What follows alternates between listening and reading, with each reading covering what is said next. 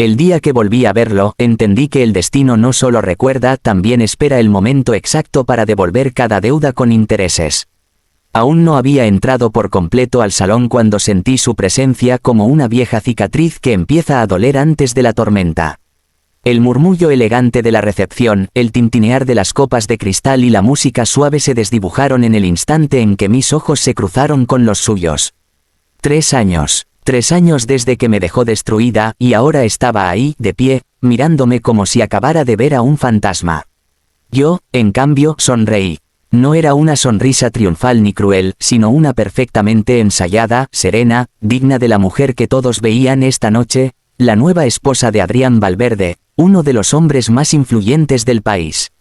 Vestido oscuro, porte imponente, una mano firme sosteniendo la mía mientras avanzábamos por el salón como si siempre me hubiera pertenecido.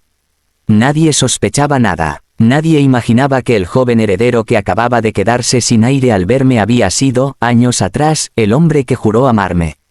3 años atrás yo también había creído en cuentos. Recordé con una claridad dolorosa la última noche que pasé con él. Las luces de la ciudad reflejadas en el vidrio del hotel, sus brazos rodeándome mientras hablábamos de un futuro que nunca existió. Yo había confiado en él ciegamente, le firmé documentos, puse propiedades a su nombre, aposté mi reputación para salvar la suya. Cuando el escándalo estalló, él desapareció. Me dejó sola frente a los medios, frente a los tribunales, frente a una sociedad que disfruta destrozar a las mujeres que caen. Perdí mi trabajo, perdí amigos, perdí mi apellido limpio, y perdí al hombre que creí amar. Esta noche, sin embargo, yo no era la mujer que lloró en una habitación vacía preguntándose en qué había fallado. Esta noche yo era intocable. Sentí como Adrián apretó ligeramente mi mano, un gesto casi imperceptible, protector. Él no sabía toda la verdad de mi pasado, pero sí lo suficiente. Sabía que yo no era una mujer común que había sobrevivido a algo que me había cambiado para siempre. Y, aún así, me eligió. No por lástima, no por conveniencia, sino porque vio en mí una fortaleza que otros confundieron con fragilidad. Cuando nos detuvimos frente a su hijo, el silencio fue absoluto. Nadie habló, pero el aire estaba cargado de una tensión que solo nosotros 3 entendíamos. Él tragó saliva, sus ojos bajaron un segundo hacia mi mano izquierda, hacia el anillo que lo confirmaba todo. Yo era su madrastra. Padre, dijo finalmente con la voz rígida. No sabía que la boda sería tan pronto. Adrián sonrió, orgulloso, ajeno al terremoto emocional que provocaba. Cuando sabes lo que quieres, no hay razón para esperar. Yo incliné apenas la cabeza, elegante, irreprochable. Es un placer volver a verte. Volver. La palabra cayó entre nosotros como una bomba silenciosa. Él me miró con incredulidad, con miedo, con algo que se parecía demasiado al remordimiento. Yo sostuve su mirada sin parpadear. Había practicado ese momento cientos de veces frente al espejo. No iba a permitir que notara ni una grieta. La velada continuó como si nada. Conversaciones triviales, risas estudiadas, felicitaciones constantes. Yo cumplía mi papel a la perfección, desplazándome por el salón como si siempre hubiera pertenecido a ese mundo. Pero cada vez que nuestras miradas se cruzaban a la distancia, veía como su compostura se resquebrajaba un poco más. Durante la cena, se sentó frente a mí. El destino, siempre tan creativo. Adrián hablaba de negocios, de nuevos proyectos, de viajes futuros. Yo asentía, añadía comentarios oportunos, tocaba suavemente el brazo de mi esposo cuando era necesario. Frente a nosotros, él apenas probó la comida. Recordé otras cenas, otros tiempos, cuando él me miraba con adoración, cuando me prometía protegerme. Qué irónico era todo ahora. No había venido a destruirlo esa noche. No aún. Esta primera parte no era venganza, era presencia. Era mostrarle que yo no solo había sobrevivido, sino que había ascendido a un lugar desde el cual él no podía tocarme. Después de la cena, me excusé para tomar aire en la terraza. La noche era fresca, el cielo oscuro y limpio. Apoyé las manos en la baranda y cerré los ojos un instante. No por debilidad, sino para saborear el momento. 3 años atrás yo había soñado con desaparecer. Hoy, él era quien deseaba hacerlo. Escuché pasos detrás de mí. No me giré de inmediato.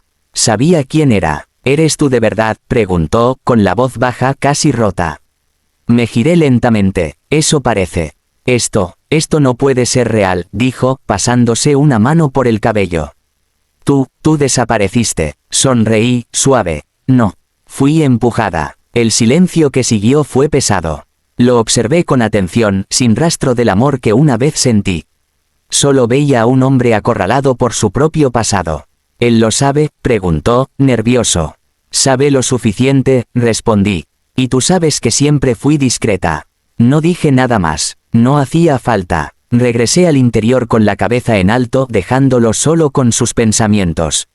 Esa noche, mientras me recostaba junto a mi esposo, entendí que el verdadero poder no estaba en gritar ni en exigir explicaciones, sino en ocupar un lugar tan alto que el pasado ya no pudiera alcanzarte.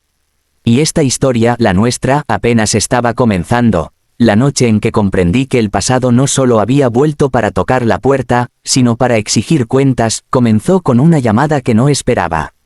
Eran casi las 2 de la madrugada cuando el teléfono vibró sobre la mesa de noche. Adrián dormía a mi lado, su respiración profunda y tranquila contrastando con la tensión que me recorrió el cuerpo en cuanto vi el nombre en la pantalla. Dudé un segundo antes de contestar. No porque me diera miedo, sino porque sabía que, al hacerlo, cruzaría un umbral del que ya no habría regreso.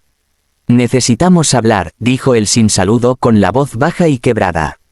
Por favor. Colgué sin responder. Me quedé mirando el techo, escuchando el silencio de la habitación, recordando otra noche, 3 años atrás, en la que yo había sido quien suplicaba explicaciones mientras él apagaba su teléfono y desaparecía. El destino no siempre es justo, pero a veces es preciso. A la mañana siguiente, la casa despertó envuelta en una calma engañosa. El servicio se movía con eficiencia impecable, el aroma del café recién hecho llenaba el comedor, y Adrián leía las noticias como cualquier otro día. Yo observaba cada detalle con atención, consciente de que muy pronto esa tranquilidad se rompería. Los documentos estaban ocultos en una carpeta azul dentro del cajón más bajo de mi escritorio. Durante semanas había revisado contratos, transferencias, correos antiguos. Al principio, solo buscaba entender qué había ocurrido realmente conmigo. Pero cuanto más avanzaba, más claro se volvía el patrón. Yo no había sido una víctima colateral, había sido el chivo expiatorio perfecto. Él había firmado con mi nombre. Había movido dinero usando mis cuentas. Había planeado mi caída con la frialdad de quien cree que el amor ajeno es un recurso desechable. El verdadero gancho del destino no fue descubrir la verdad, sino descubrir que ahora yo tenía el poder de decidir cuándo y cómo revelarla. Esa tarde, Adrián llegó antes de lo habitual. Su expresión era seria, inquisitiva. Cerró la puerta del despacho tras de sí y me observó durante un largo momento, como si intentara leer en mi rostro algo que yo ya no permitía mostrar. Necesito que seas completamente honesta conmigo, dijo al fin. ¿Conoces a mi hijo, de antes? No. Fingí sorpresa. No valía la pena. Abrí el cajón, saqué la carpeta y la coloqué sobre el escritorio entre nosotros. Lo conozco mejor de lo que imaginas. Adrián no habló mientras revisaba los papeles. Sus cejas se fruncieron, su mandíbula se tensó y en sus ojos apareció una sombra peligrosa. No era ira impulsiva, sino algo más frío, la furia de un hombre que comprende que ha criado a un monstruo creyendo que era un heredero. ¿Por qué no me lo dijiste antes?, preguntó, con voz grave. Porque necesitaba estar segura, respondí. ¿Y por qué no quería que pensaras que me acerqué a ti por venganza? Él levantó la vista y me sostuvo la mirada, y fue así. Negué lentamente, al principio, no. Pero ahora quiero justicia. No necesitó más explicaciones. Adrián siempre había sido un estratega. Sabía cuándo actuar y cuándo esperar. Durante las semanas siguientes, observé cómo las piezas se movían con precisión silenciosa. Auditorías inesperadas, reuniones privadas, llamadas cortadas de forma abrupta. El castillo que él había construido sobre mentiras comenzó a agrietarse. Mientras tanto, yo desempeñaba mi papel con perfección. Lo acompañaba a eventos, sonreía ante las cámaras, hablaba con su hijo con una cortesía distante que rozaba lo maternal. Cada mamá pronunciado a la fuerza era un recordatorio de su caída, una herida abierta que no podía mostrar. Una noche, lo encontré esperándome en el salón con una copa intacta entre los dedos. Tenía el rostro desencajado, los ojos enrojecidos. «¿Sabías que esto pasaría?», me acusó, sin levantar la voz. Sabía que la verdad siempre alcanza, respondí. Tú elegiste cuándo. Me estás destruyendo. Lo observé en silencio durante unos segundos. No. Yo solo dejé de protegerte. Sus hombros se desplomaron. Por primera vez no vi al hombre seguro y arrogante que me había utilizado, sino a alguien pequeño, acorralado por sus propias decisiones. Pero no sentí lástima. La compasión murió el día que me dejó caer. El escándalo estalló una semana después. Titulares, investigaciones, socios que huían como ratas. Adrián actuó con una frialdad implacable, apartándolo de la empresa, congelando cuentas, rompiendo cada red de seguridad que su hijo había tejido. En público yo aparecía a su lado, una esposa elegante y preocupada, una figura de apoyo inquebrantable.